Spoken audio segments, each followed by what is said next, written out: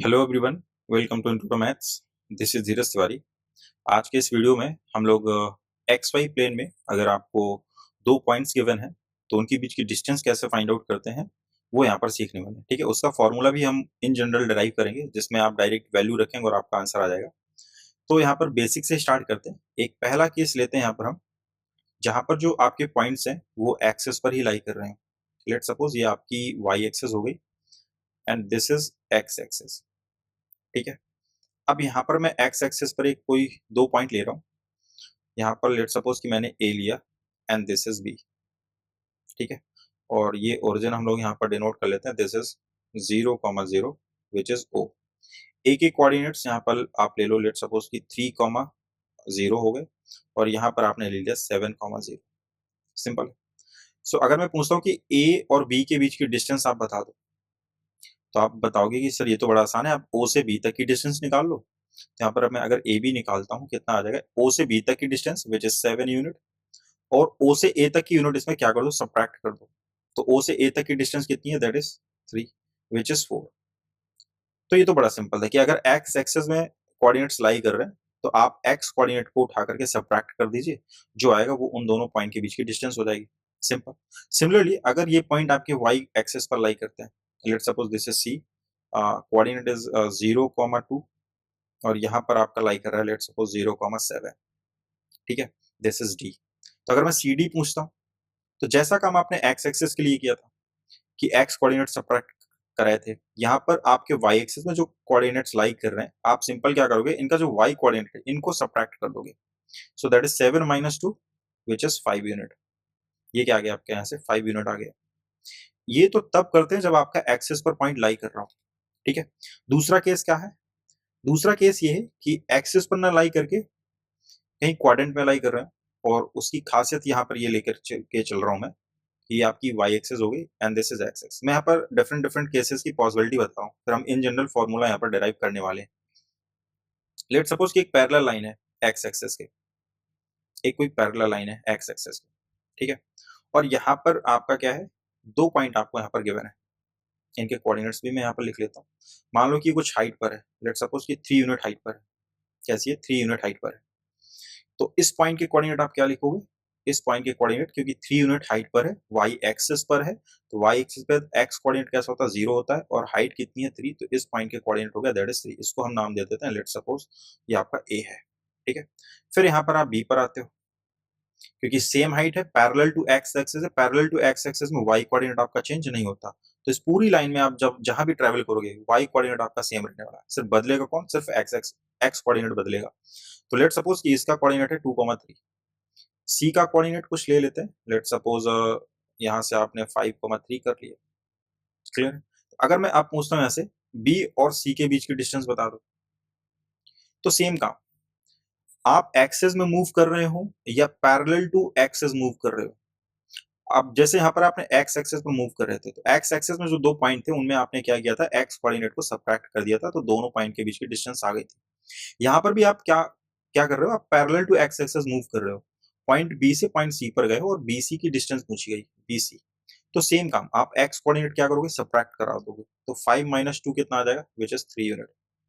I hope ये point आप समझ पा रहे हो। सेम काम करना है, पैरेलल टू एक्स एक्सेस में पॉइंट हो या एक्स एक्सेस में पॉइंट हो, तो एक्स कोऑर्डिनेट सब्ट्रैक्ट कराएंगे। सेम काम आप पैरेलल टू वाई एक्सिस के लिए भी करेंगे। इसमें क्या करेंगे, वाई कोऑर्डिनेट को हम लोग सब्ट्रैक्ट करा देते हैं। तो दूसरा केस तो ये हो गया। ये दोनों केसेस कैसे हैं, सेम है। नाउ अब हम इन जनरल यहाँ पर देखने वाले हैं कि अगर आपका पॉइंट कुछ ऐसी कंडीशन में हो कि ना तो वो पैरेलल हो ना एक्सिस पर लाई कर रहा हो। लेट सपोज कि यहाँ पर मैं कुछ पॉइंट ले रहा हूँ रैंडमली। ठीक है, अच्छा पॉइंट देख करके कैसे पता चलता है कि ये sir parallel to X axis हो गया या वाई एक्सिस। तो पैरेलल टू एक्स एक्सिस में, पैरेलल टू एक्स एक्सिस, ये पॉइंट आप नोट कर सकते हैं, पैरेलल टू एक्स एक्सिस में वाई कोऑर्डिनेट आपका चेंज नहीं होता। ठीक है, no change in Y coordinate.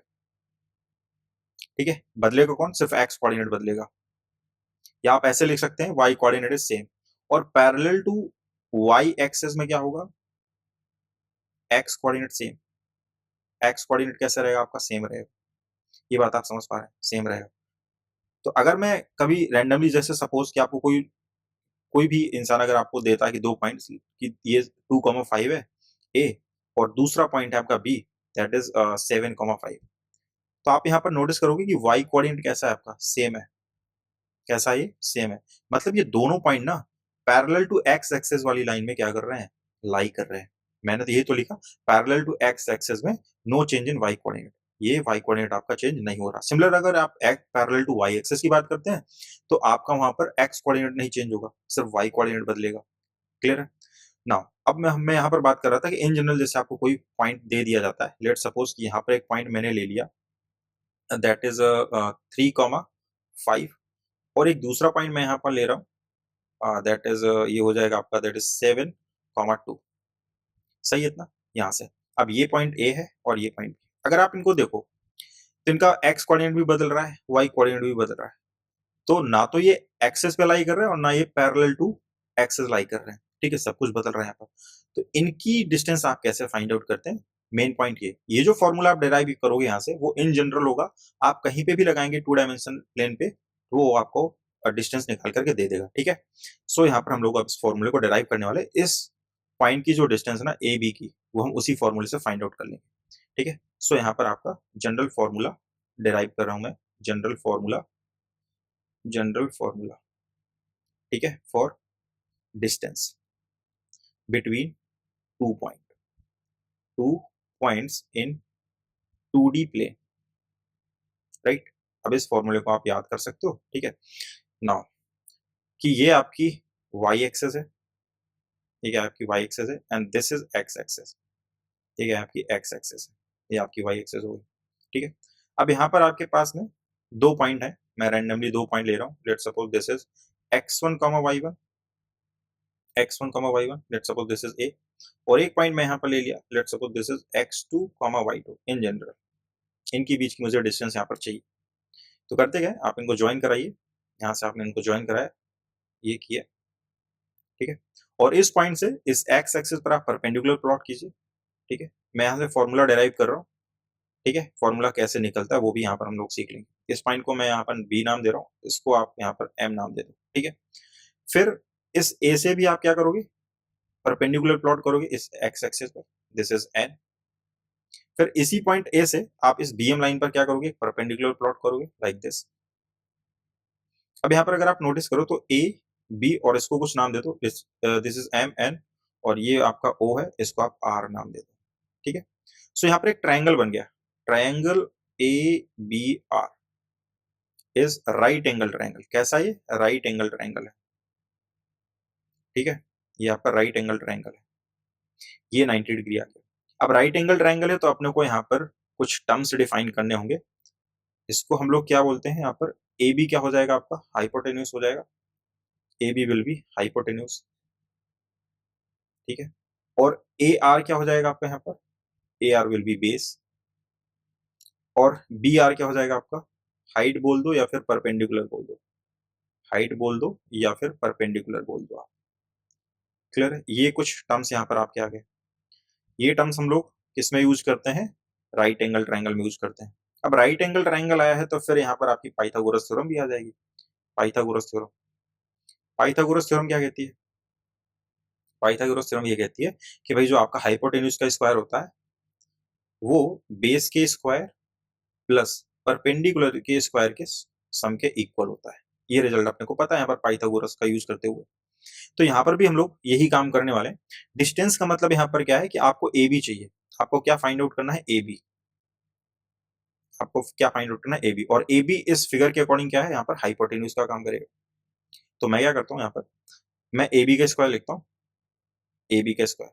A B के स्क्वायर के रिस्पेक्ट में मुझे किस किस की जरूरत पड़ेगी, बेस का जरूरत पड़ेगी। बेस यहाँ पर क्या है आपका, ए आर है, मैंने लिखा ए आर का स्क्वायर प्लस परपेंडिकुलर यानी कि बी आर, ये हो गया आपका बी आर का स्क्वायर। अब अगर मुझे इनकी हाइट पता चल जाए, डिस्टेंस पता चल जाए, इनकी लेंथ पता चल जाए तो मैं ये वैल्यू यहाँ पर पुट कर सकता हूँ। तो मैं करूंगा क्या कि मुझे अब यहाँ से चाहिए ए आर। अब जरा ये देखिए, ये जो ए आर है ये कैसा है, पैरेलल टू एक्स एक्सेस। मैंने इसीलिए यहाँ पर पहले 2 बेसिक पॉइंट आपको बता रखे थे। अब ये जो ए आर है तो अब यहाँ पर आप लिख सकते हो, since A R parallel to X axis, तो ए आर निकालना आपके लिए इजी हो गया ना। अब ए आर क्या करोगे, इनका एक्स कोऑर्डिनेट क्या करोगे, पैरेलल टू एक्स एक्सेस है तो एक्स कोऑर्डिनेट को इनको सब्ट्रैक्ट कर दोगे।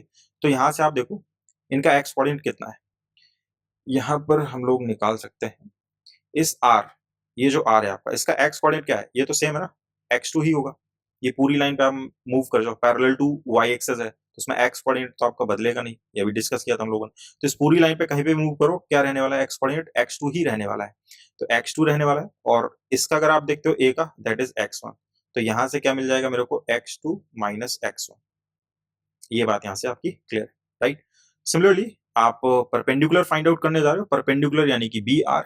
सो बी आर के लिए भी हम लोग काम करेंगे यहाँ पर। बी आर कैसा है यहाँ पर आपका, B R is parallel to Y axis, right, parallel to Y axis, B R parallel to Y axis. अब वाई एक्सेस के पैरेलल है तो कौन सा कोऑर्डिनेट आपको डिस्टेंस के लिए यूज करना पड़ेगा, Y coordinate, y2 minus y1 कर लोगे आप, तो यहाँ से हो जाएगा y2 माइनस y1।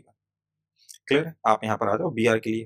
भाई बी आर का आप यहाँ पर देखो y2 है, और r के लिए यहाँ पर क्या बनेगा, r का जो कोऑर्डिनेट बन जाएगा, r में यहाँ पर x2 था, ये x2 हो गया, कॉमा ये किस हाइट पर है, y1 हाइट पर है, तो आपने यहाँ पर y1 कर दिया, सिंपल। तो यहां से क्या मिल गया आपको, y2 माइनस y1 मिल गया, यहां से आपको मिल गया x2 माइनस x1। तो दोनों डिस्टेंस आपको यहाँ पर पता चल गई, ठीक है।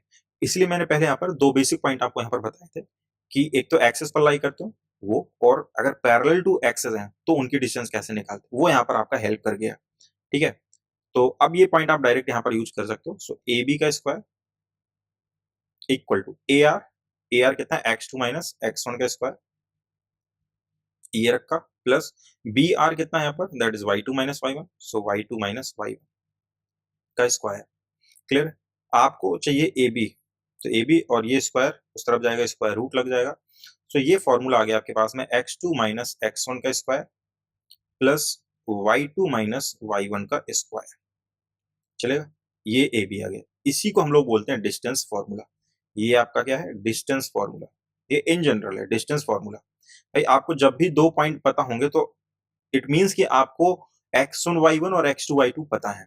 फॉर एग्जांपल जो मैंने पॉइंट यहाँ पर आपके लिए थे ये, ठीक है, इनमें से आप किसी को भी x1 y1 मान लो, ठीक है, उससे डिस्टेंस पे कोई फर्क नहीं पड़ेगा क्योंकि वहां स्क्वायर लगा हुआ है। तो यहां से आप डिस्टेंस निकाल सकते हो, ए बी कितना आ जाएगा, that is square root x2 minus x1। So 7 minus 3 करते हो कितना आ जाएगा, 4, 4 का स्क्वायर, फिर यहाँ से 2 माइनस 5 किया विच इज माइनस 3, तो माइनस 3 का स्क्वायर करते हो तो कितना आ जाएगा यहाँ से, दैट इज ये आपका हो जाएगा 16 एंड 3 का स्क्वायर 9, तो ये आया root 25 which is 5 unit. Clear है, तो डिस्टेंस कितनी आ गई, ए बी इक्वल टू 5।